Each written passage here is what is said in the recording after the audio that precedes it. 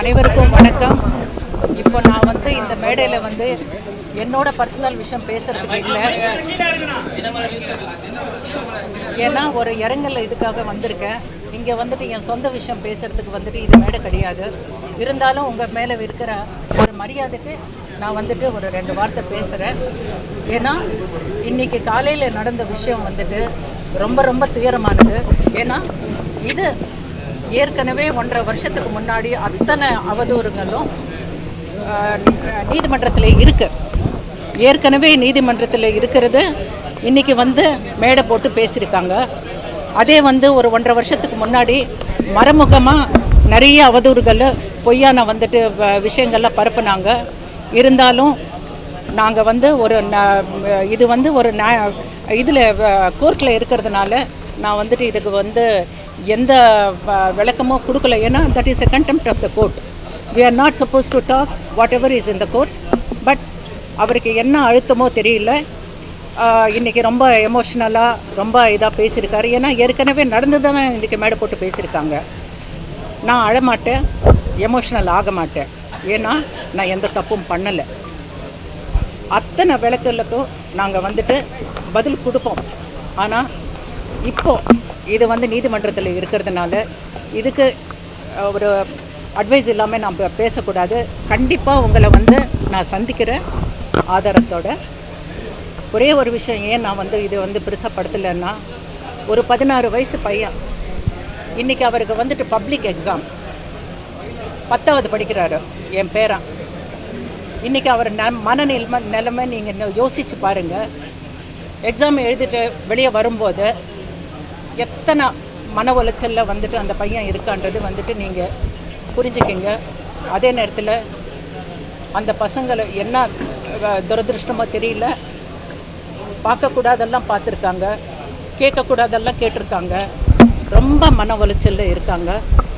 இதுக்கு மேலே மன உளைச்சல் கொடுக்கறதுக்கு நான் வந்து ஒரு பொறுப்பானவள். அந்த என்னோட வந்து கடமை வந்துட்டு அந்த பசங்களுக்கு வந்துட்டு மன உளைச்சல் கொடுக்கக்கூடாதுன்றது தான். கண்டிப்பாக அத்தனை பொய்யான அவதூறுகளுக்கும் சம்பந்தப்பட்ட அவங்க கண்டிப்பாக உங்களுக்கு பதில் சொல்லுவாங்க. என் மேலே வந்திருக்க அவதூறுகளும் நானும் பதில் சொல்லுவேன். நீதிமன்றத்தில் எந்த மாதிரியான அதே தான் இப்போ என்ன பேசியிருக்காங்களோ அதே தான். வேறு எந்த புதுசும் ஒன்றுமே இல்லை. இன்றைக்கி எந்த மன அழுத்தம்னு எனக்கு தெரியல. பசங்களை பார்க்கவே விடுறதெல்லாம் சொல்லியிருக்காரு ஜெயம்பி. உண்மையாக பொய் இல்லை. அது யாராலையுமே வந்துட்டு பண்ண முடியாது. ஜெயம்பி அவங்களுக்கான திருமணமே வந்து பிளாக்மெயில் பண்ணி தான் கல்யாணம் பண்ணாங்கன்னு உங்களுக்கு 2008 வந்துட்டு நீங்கள் ஒரு விகடனில் வந்து ஒரு இது வந்திருக்கு, ஒரு இன்டர்வியூ இல்லை, ஒரு பேஜ் ஃபுல்லாக வந்துட்டு வந்திருக்கு. கண்டிப்பாக நான் வந்துட்டு அது எப்படி தேடி கண்டுபிடிச்சி எடுப்பேன்.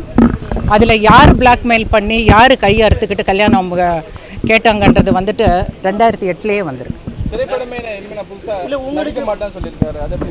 அது அவரோட இஷ்டங்க. இத்தனை வருஷமாக வந்துட்டு இல்லாத ஒரு முடிவு எடுத்திருக்காங்கன்னா அது வந்துட்டு எங்களுக்கு சம்மந்தப்பட்டது இல்லை.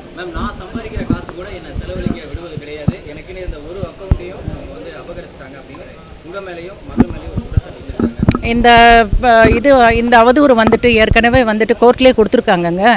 ஒரு கல்யாணம் ஆகி வந்து புருஷன் பொண்டாட்டி ஆனதுக்கப்புறம் உன் அக்கௌண்ட்டு என் அக்கௌண்ட்டுன்னு எனக்கு தெரியல. அது இப்போ மாதிரி இருக்கலாம். ஆனால் வந்துட்டு ஒரு குடும்பமாக இருக்கும்போது எல்லாமே ஒன்று தான்.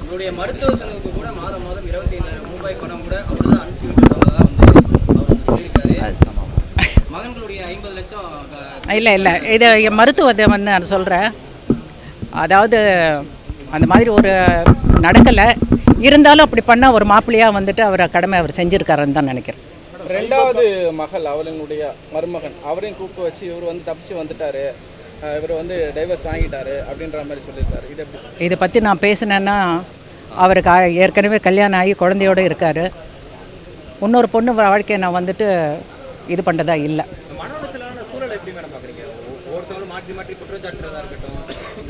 இது வரைக்கும் நீங்கள் பார்த்துருக்கீங்க சார். நான் வந்துட்டு நாங்கள் வந்து ஒரு 2 வருஷமாக வந்துட்டு எதுவுமே பேசினதே இல்லை. உங்களுக்கே தெரியும். அதனால தான் என் ஃபேமிலியில் பிரச்சனை, அதனால தான் டெனிஸாக போயிட்டாங்கன்னு சொல்லியிருக்காங்க. இப்போ அதுக்கு நாங்கள் வந்துட்டு சைபர் கிரைமில் வந்துட்டு கொடுக்க போகிறோம். ஏன்னா அப்படியே இது வந்து பலான ஆள் கொடுக்கலன்னா அது யார் கொடுத்தாங்கன்றது நாங்கள் கண்டுபிடிப்போம். 3 எழுத்து நடிகை அப்படின்ற மாதிரி யாராவது சொல்லியிருக்கிறாங்க. எல்லா பேரண்ட்ஸும் அதுக்காக தான் இருக்காங்க. நானும் என் பொண்ணுங்களுக்காக தான் நான் இருக்கேன். நான் பெற்ற பொண்ணுங்களை நான் பார்த்துக்கிறேன். அவங்கவுங்க பெற்ற பசங்களை அவங்க பார்த்துக்கணுன்றது வந்துட்டு பொறுப்பேற்றுக்கணும். அவங்களோட வந்துட்டு வாழ்வாதாரத்தை பார்க்கணுன்றது. கடைசியாக ஜெயம் ரவி அவங்களோட பசங்களை எப்போ பார்த்தாங்க? இந்த 2 வருஷத்தில் வந்து 2 வாட்டி பார்த்துருக்காங்க. நான் உயிருக்கு கூட உத்தரவாதம் கிடையாது, நான் வந்து என்னனாலும் இது பண்ணிடுவேன், ஆனால் போக முன்னால் நான் வந்து நிறைய விஷயத்த சொல்லிட்டு போகும் மாதிரி நீங்கள் ரொம்ப இதாக சொல்லுங்கள் சார்.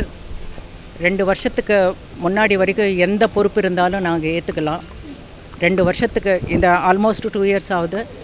இப்போ அவர் என்ன முடிவு எடுத்திருக்காரோ என்னன்றதோ வந்துட்டு அவரோட பர்சனலில் இருந்தாலும் இன்றைக்கி கூட அவர் மேலே மரியாதை வச்சுருக்கோம். இது வரைக்கும் எந்த தப்பும் பேசினதில்லை. இனிமேல் வந்துட்டு ஃப்யூச்சரில் கூட பேச மாட்டோம். தொடர்ந்து ஆர்த்தி அவங்களுக்காக வந்து குரல் கொடுத்து நிறைய நடிகைகள் பேசினாங்க. அதில் குறிப்பாக வந்து 3 எழுத்து இட்லி பேர் கொண்ட நடிகைன்னு சொல்லியிருந்தாங்க. குஷ்பு மேமும் அதுக்கு வந்து அவங்களுடைய விளக்கம் கொடுத்துருந்தாங்க. அதை பற்றி தமிழ்நாட்டில் வந்து ஒரு பொண்ணுக்கு அநியாயம் நடக்குதுன்னா எல்லா பெண்களும் வந்துட்டு சப்போர்ட் பண்ணுவாங்க. இதுதான் நம்ம தமிழ்நாடு. அப்படி இருக்கும்போது பர்டிகுலர் 2-3 பேர் வந்துட்டு சப்போர்ட் பண்ணுறாங்கன்றது வந்துட்டு அது நான் ஒத்துக்க மாட்டேன். அவங்க நீங்கள் அக்கௌண்ட்டில் போய் பார்த்தீங்கன்னா மில்லியன்ஸ் ஆஃப் பீப்புளாக இருக்காங்க. அத்தனை பேரும் அவங்களுக்கு சப்போர்ட் பண்ணுறாங்க. இதை நான் ஏன் இதுக்கு மேலே பேச மாட்டேன்னா, தயவுசெய்து இது வந்து கண்டெம்ட் ஆஃப் த கோர்ட். எங்களுக்கு வந்து சட்டத்து மேலே நம்பிக்கை இருக்குது. கண்டிப்பாக சட்டம் தன் கடமை செய்யும். நாங்கள் வந்துட்டு உங்களுக்கு இத்தனை அலிகேஷன்ஸுக்கு நாங்கள் வந்து நேரில் வந்து பதில் சொல்லுவோம். கொஞ்சம் அவகாசம் கொடுங்க.